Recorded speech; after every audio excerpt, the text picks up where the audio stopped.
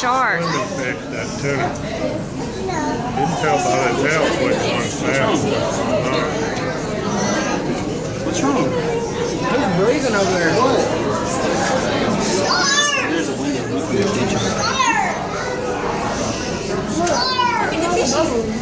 Yeah, it's a person over there.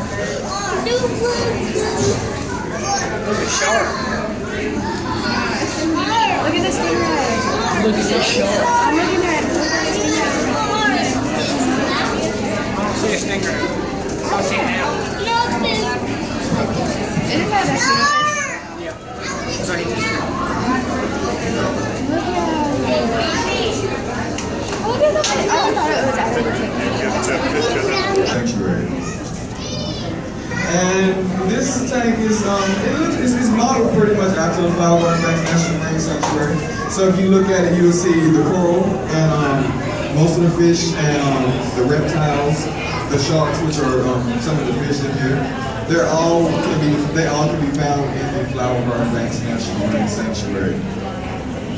And here comes Brian.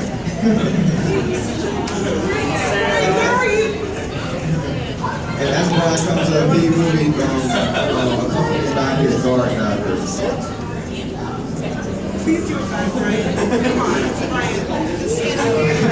So Brian, they have a question for you. Are you okay? Yes, he is okay.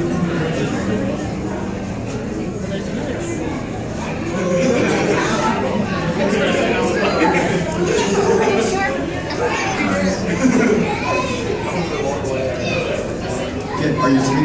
No, okay, I can hear you now. Okay. You got me? Everybody can hear me out there? Yeah, pretty good. Okay, great. Well, welcome everybody to the Secret Reef. Hey, so they asked you, as you answered, you're okay. So, but I have another question for you. So I noticed you swimming back there with the sand tigers and the sandbar sharks. Were you not scared? Were you not nervous? No, not at all. Not about the sharks, because whenever we learn about what kind of sharks that we're dealing with in here, we discover that they're really no danger to big mammals like me and John at all. You see, these species of shark, and there's over 5,000 different shark species that have been documented out there in the oceans. And the vast majority of those are completely harmless to human beings. There's really only a handful of shark species that are dangerous. And by that I mean the kind of shark that would look at a big mammal like me or John and think, oh, you know, I may get a meal from that. And that's a really scary thought, but that's actually quite rare. The vast abundance of sharks out there are totally harmless to human beings. And particularly like these big sand tiger sharks and the sandbar sharks that are in here, they make their diet out of little reef fish, like what you see swimming around here, these big Atlantic spadefish. They will capture and puncture the body of one of those little fish and swallow it whole. And that's how they would get a meal. Or they might shuffle around in the sand and find like a skate or a stingray and eat that. So when they see a big mammal, they're afraid. And they used to be really afraid of us in here. And over the years, they've learned that we're harmless, so they pretty much ignore us now. Nice. So you said sharks like eat fish like the fish in this exhibit.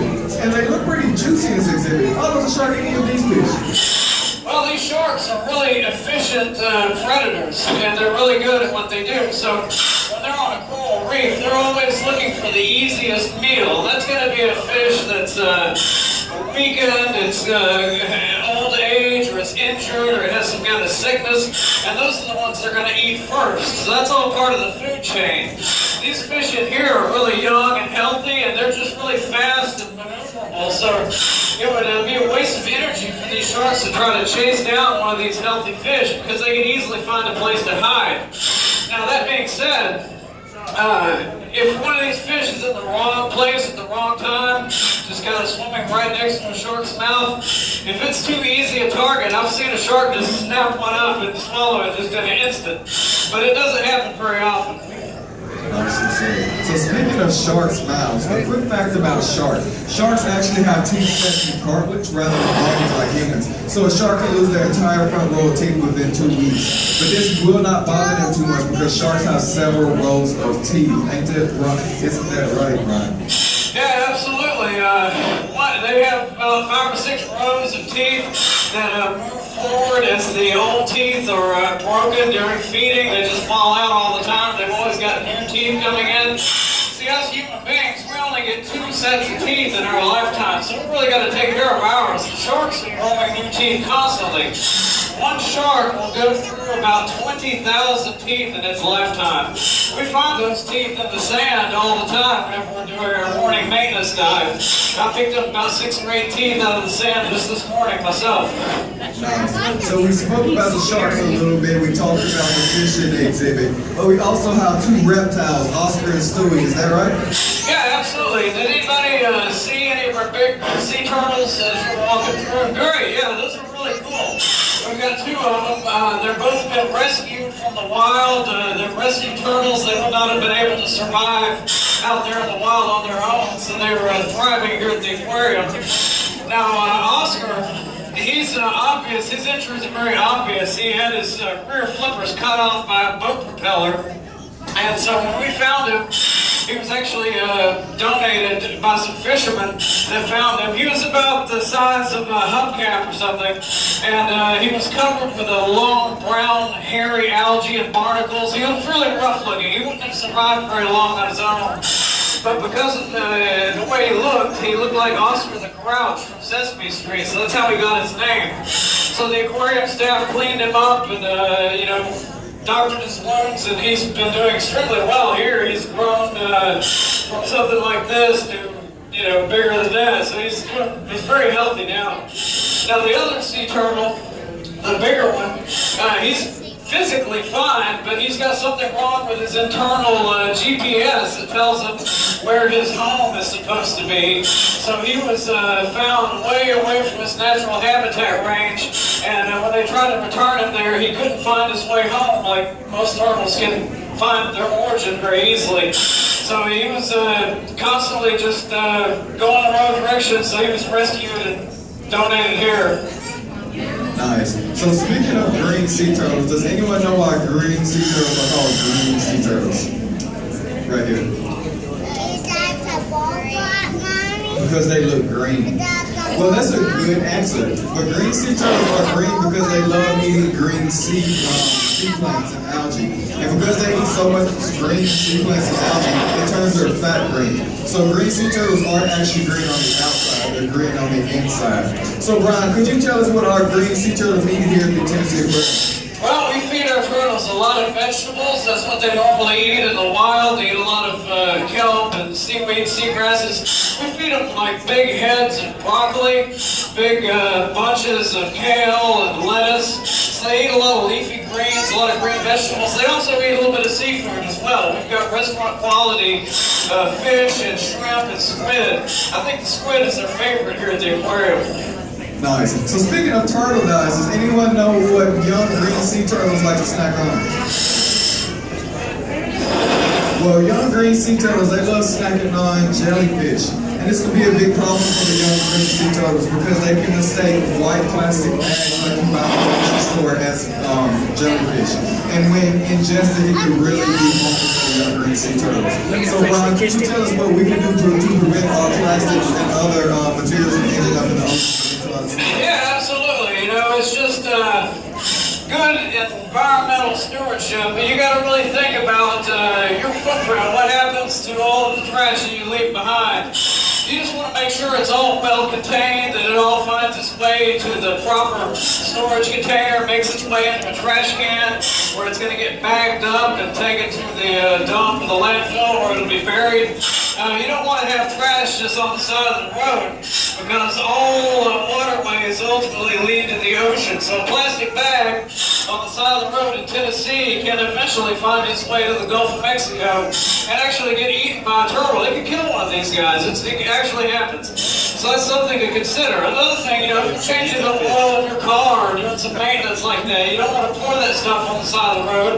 It's going to go down the storm drain, find its way through the rivers, and eventually ends up in the ocean. So we really got to think about pollution and just keeping our trash where it's supposed to be, not letting it get scattered. Nicely said, Brian. So we have around 65 species of fish, 3,500 altogether. We have 2 reptiles, 2 mammals, you and your guard diver. But we also have, do we have coral? Is this coral? Well, it is coral, and coral is an animal. It's a little bitty animal. But does anybody think that this exhibit has real live coral? It looks real. It's really, oh, here comes Oscar.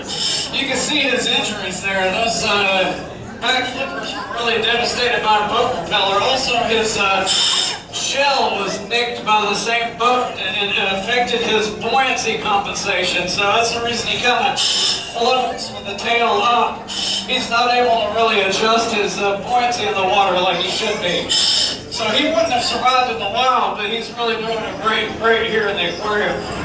But we're talking about coral. So the coral that you see here is made out of concrete for these big hard corals. And then the soft corals are actually made out of rubber. So we got, but it's all been modeled and cast and molded by artists and painted to look just like the real thing. Nice. So as he said, it could be very harmful to this amount of coral in our exhibit. But if you want to see a living exhibit, we actually have one.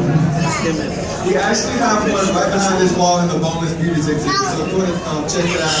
You're free to do that. So they've done a really good job of answering our questions, Brian. Why don't we give everyone a chance to ask us some questions? Okay. Nice. So does anyone have any questions? That's Brian, I have a question. So this yellow tube, did you mention what this is for? Oh, okay, yeah. So you can see there's definitely a difference in the equipment between John and myself here. So John is a scuba diver right now, and the word scuba is an acronym. It means literally self-contained underwater breathing apparatus. That's what the word scuba stands for. And he's fully self-contained. He's got his pressurized tank on his back. He's got a regulator on that tank that drops that pressure down to something he can safely breathe. He's got all of his gauges on there telling him how much air he's got left, how deep he is in the water. He's got a buoyancy compensator vest on that he can inflate or deflate so that he's not sinking and he's not floating in the water. That's called neutral buoyancy. And so he's fully self-contained. Now I'm actually diving the same type of tank that John has. My tank is up on the surface. I'm breathing through this yellow umbilical line here. And I'm actually talking to you guys through this red line here. It's got my electrical wires for my microphone and also a set of speakers that are mounted on the back of my hat here so I can hear what you're saying. Nice. Are there any more questions? So Brian, what's your favorite animal in this exhibit? Wow, that's an interesting question. I'd have to say it's the turtles because they've got the most personality. They are, I think, the most intelligent, and they're really curious about us. So just this morning, the bigger of the two green sea turtles was basically climbing all over me while I was trying to do maintenance. They're not afraid of us. They're really interested in us sometimes, and so they're really fun to interact with.